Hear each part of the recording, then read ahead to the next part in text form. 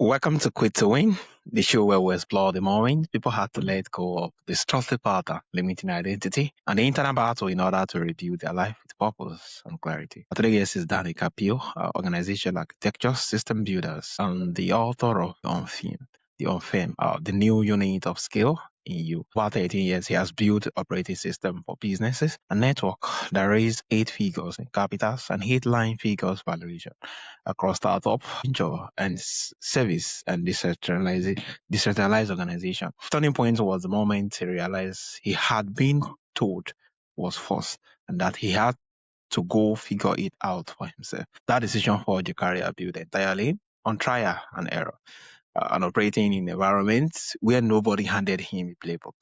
Danny, it's a pleasure now. Have you on the show. Yeah, thank you so much for having me. It's a pleasure to Yeah, be here. thank you so much, Danny. So, Danny, you realize what you are told was false and how to figure it out on yourself. What specifically had you have been told, and what was the cost of believing it for so long as you did? Yeah, so I think that's a great question.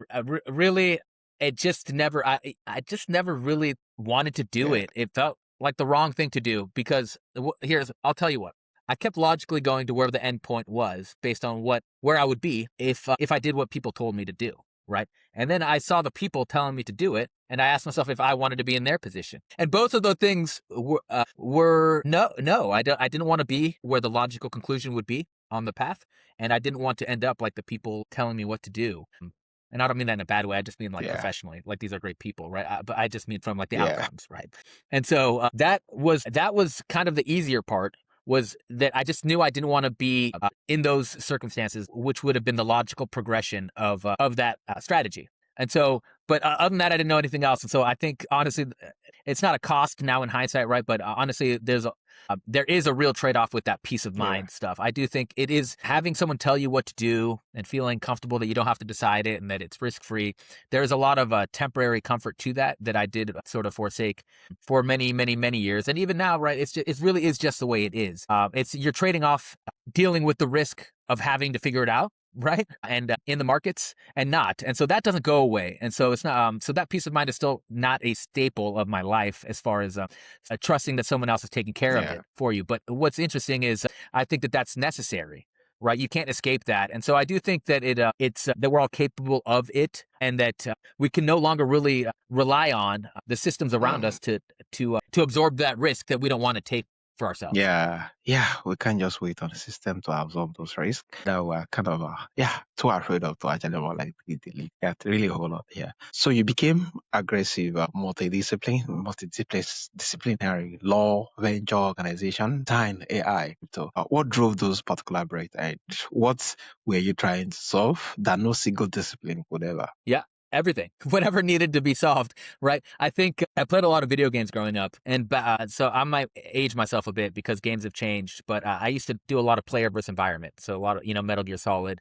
Go Beat Games, Tomb Raider, and even sort of StarCraft, right? But before the internet really before Battle.net, I was early Battle.net, right? And so I think my experience is kind of like that, right? You don't actually know what you're doing. You just have to go figure it out. But everything you need is in your environment. It's just about how do you procure resources to achieve outcomes. And so when broken down to a gamified task of procurement of resources, which include some combination of money, time, competency, execution, coordination, distribution, all of those things, right? It was just that. And so it came together based on what I needed, my skill sets, the things I'm good at, the things I'm not good at, who it's good to have around and help win so that we can win together. And so it really is it was a custom stack, so to speak, of skills of varying depths. And so I wouldn't say, right, I am multidisciplinary within a band, and then I am a deep expert in only like a couple things that probably cluster, like interrelated things, right? But for the most part, I had to be good enough at certain things to be able to execute and operate. And I learned what those things were through doing that, failures, successes, right? And then it's like, okay, this is great. This is how I can do stuff, right? And then when I need to be the guy that goes deep, I just call on my own jersey, and that's me. That's my job. That's what I rely on. But then I have other people that can go deep for me and with me. And I build economic systems of that are positive sum with them so that they get more return on time from working with me because I can give them the context that allows them to go deep and make more money with me, right? Everyone will work with you if you're cool, if they can trust you, and if they make more money with you than with other people. Yeah, That's like easy, Yeah. right? At a high level. And so that's how it came to be. That's how I thought about it. And that's sort of how I think about it. Yeah, this is really it's been that, yeah, a whole lot of successful entrepreneurs, the fact that, yeah, they may not know in terms of going deep in everything in respect of the company, but at least they know to a basics, which actually make it easier for when they are casting the vision, that they could actually make reference of it because they know what the desired outcome is going to be like. They may know the process, but not that too deep to know it all. And it's really amazing having more like skin Yes. in the various game and skin in the particular ones that have to deal with you too. And it's really amazing. Yeah. So you write about self-skill, or the idea that the new units of skill is you. What does that actually mean? How is it different from just working harder? Yeah. So I think it's important that we sort of define scale with reference to something. I always found it hard to understand people and for people to understand me when we were talking about undefined Mm, terms. And so I think a scale, so we have a shared reference point, is what are the economic commercial outputs that lead to scale, that you need to scale to achieve scaled yeah, outcomes. So you have scalable strategies that lead to scalable outputs in a commercial context. Okay. So that's what I'm talking about. And so with reference, where we can look for what those are is we can just look at what those are for what we're trying to do. For example, if we are trying to do if we're a tech startup, right?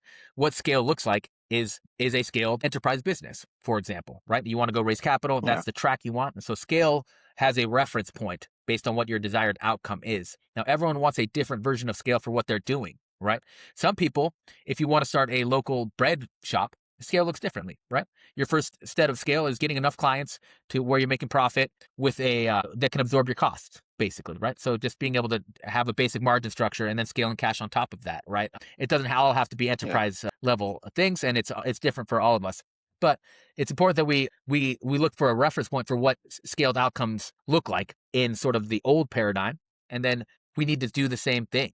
We want the same outcomes, and we need the same scaled systems internally. But what the old systems rationalized around economically is a hierarchical, centralized institutional structure that we all know and love. That is a firm, right? That is how the firm has evolved to achieve scale, and it coordinated a lot of those things that were hard. Now, if scale is the outcome we want, and we start from zero, the way to get there used to be optimized through that firm yeah, structure that we all know and love. So we still want to get here, but now what the firm was really good at coordinating that was so hard, those hard things are now easy, right? So producing things is easy. Distributing things, getting them out there yeah, is easy. Getting people to care is different, right? So, but the mechanism of putting something onto the internet is easy. Whether or not people actually see it is different, but you're able to do a lot of things easier that used to be rationalized around a different optimal structure. Now, with those things being easy, now what is hard has just moved. It's the same distance, right? And so we have to fundamentally rethink about what we are actually mm, optimizing for to achieve scale, and then what needs to be scaled within that strategy, right?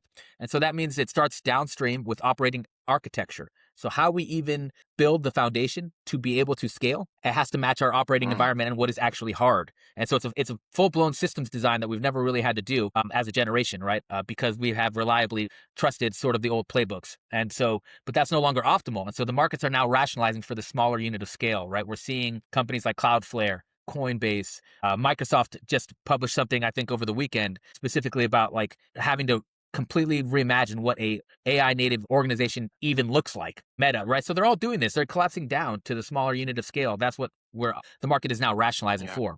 Now, what's good for us is that we are that unit of scale. And so it's very interesting because now we have to look at what is easy now that would have stopped our progress before, right? A lot of the stuff that we think would have stopped our success in the past that just kept us from doing it altogether or did in fact stop us because it was in yeah. fact a constraint. Those things are kind of gone, but new things are hard now. And so we have to solve for those. Yeah, it's a whole lot of things to keep optimizing every now and then, especially as things keep changing. Yeah, it was more like this scale up here. Yeah, amazing. Also, you have operated in high ambiguity, fast moving environments across 13 years. What is one truth that keep running into no matter the industries or the context? So I think the one major throughput from all of those experiences through what is also applicable now. So I might update your question a Yeah, bit just because I think a lot of learnings are not, a lot of stuff is yeah, not going to apply to people. And so I try to think what are things that actually apply now more than before, but also were as important. And so I think what is magnified is the necessity to,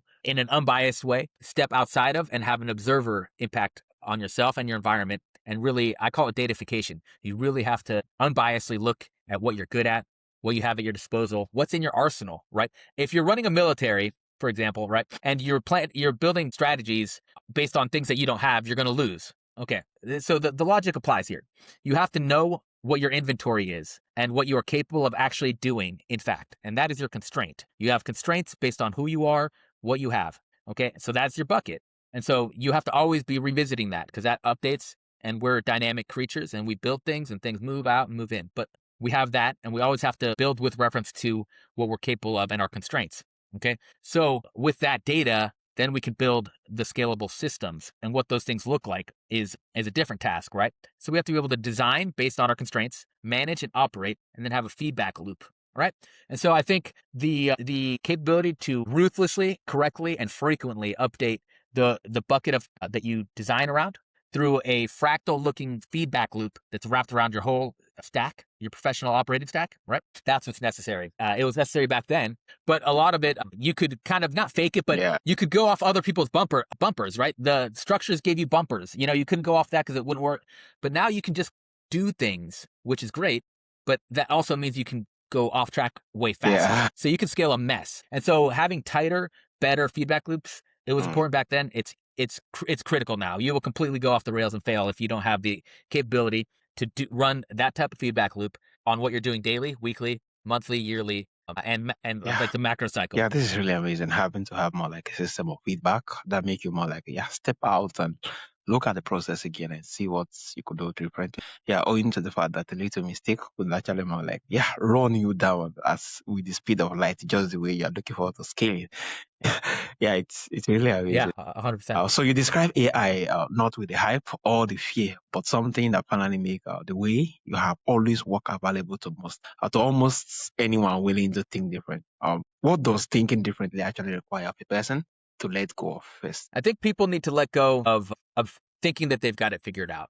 I think honestly, one of the things that has made this much easier for me has been sort of knowing that it's knowing that I could be completely wrong, right? So the feedback system allows me to be okay with being wrong because I don't stay wrong for long, right? You're going to be wrong. We're wrong about stuff all the time.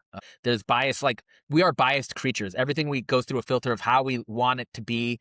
There's a ton of human biases. We have to be aware of what those are and understand that we are capable of being wrong over and over again and repeating our mistakes over and over again. And so I think that at the fundamental core of is being able to accept that we are going to be wrong about a lot. We could be wrong about what we're talking about right now, right? We have to take feedback in, and that the people you are talking to are also capable of being wrong about what they are talking to. So we can't outsource who is right. We have to try to think logically with data and remove our biases, knowing that we could also be wrong in the marketplace of ideas, right? Now, if we all do that, or if you do it, then more often than not, you'll put bumpers on yourself, but you have to be able to self-correct. I think that's what a lot of people lack right now. This is really a whole lot, and it takes a whole lot of honesty and being humble to be able to kind of come in term with this, especially AI is coming into being. A whole lot of data when you just speak reference of the fact that remove the idea of saying that I have it figured out, or into the fact that things are changing, data are coming into being, and what was true yesterday might not be true today. And we just need to keep more like seeing a better way to fit it into place. And get more results. This is really amazing and a whole lot to deal with too. Yes. So for someone who just hear self-scale and think they want it, what is the first practical step? What is the first what? Practical step. The first practical step is, we already talked about it, is datafication, right? And then I think the output from the datafication is exactly what your first step is, right? And so I know that's kind of circular. It sounds like it, but if you'll follow me, if you are properly putting into your bucket what you are even capable of doing, your arsenal, right, all together, your operational arsenal, right, and then you are putting together what you want to do. Everything that you do next, the next step has to be possible. Okay, you can't do it if it has a dependency that you are not in control of, or that is not in place to execute, then you can't do it. And so your first step is the next possible one in furtherance of your goals. And then feedback loop, right? And so you always are taking that next step that is possible, and you're evolving with where the strategy goes. You're not dictating how it should look like and then stopping because it stopped working. Do you understand what I'm saying? So that's the feedback loop. It's when I say it's fast and it's tight, it really is next step, feedback, next step, feedback. And then that's within a next day feedback, within a next week feedback, within a month, and so forth. So it's fractal. So it looks the same at every scale, or at least it rhymes, right? And so when you're doing that, you are never being stopped. You have optionality baked in. You've managed risk. Your structure is alive and it's moving in a constraint-based way, and the feedback loops keep you on track. The feedback loop, keep you on track. A whole lot of. So training team now are consistently beating bigger, better resource organization. Why does this keep happening, and where does it go next? So I think we're talking about different time scales, okay, and different size scales. So the large companies, that is a really interesting situation that is sort of systemically a risk in such that the old way that trade-off, the market for the trade-off of that peace of mind that we talked about earlier, give me your time and your future, and I'll give you a steady paycheck, and then you don't have to worry about stuff, right? That trade-off, the people on one side of the marketplace, they're no longer able to honor that, and they are no longer wanting to, because they are competing at their own scale with their own clients and with their own margins. And they are racing to the bottom because how they scaled is now not optimal. Yeah. And so they're not doing bad things. They are doing economically rational things. We all do this economic rational behavior. Like, I replace labor for cheaper labor when I can, right? I mean, it's not, we all do it. It's just at scale, we haven't seen it in this manner, and at the speed and the level of dependency. We're talking in the United States, 100 million plus people, and not just as employees, but supply chain and contractors, all that stuff. That's big, right? And so when that dependent structure is no longer symbiotic, but is trying to get rid of you, so to speak, so that it can compete and survive, that's a weird, bad situation in a lot of cases, right? And it, at the very least, is very volatile. And so they're racing to the bottom and they're competing. And I'm not, but the way that they are rationalizing that is around highly competent people, right? These 10x, 100x operators, right? These pods or whatever you want to call them. Those people in the next layer are not going to need the infrastructure that's extractive and arbitrages them around them. So those firm structures around them will start being a bad deal, but the firm is going to be on the losing end of that one, these structures, because they are trying to extract for their stakeholder value. But now the things they depend on, they can replace what the firms do for them organizationally. So they just move out of those structures. And so I think that these old companies, unless they do really drastic things, are going to slowly die as organizational structures, because as they sort of rationalize down, the things they depend on more than the things depend on them, and the market, they will leave those and capture more value. That's how they will rationalize. And so we're going to see, I think, a lot of those types of people, whether they start inside a traditional organizational structure or whether it's just you or me or a small team anywhere around the globe. We're all competing in this very dynamic marketplace with incredibly fast market cycles, the elimination of pricing power as soon as you have it, the concept of switching costs totally reimagined as like, how do you create a switching cost in an environment where what used to dictate switching costs is kind of gone. Everything's different about what it costs to switch, but there still are switching costs. What are they and where do they live? And then how do you build a model around that? It's unknown, so to speak, but the market will tell us, right? And so I think we're going to see the unbundling and then probably the rebundling in a very networked way globally. Yeah. Amazing.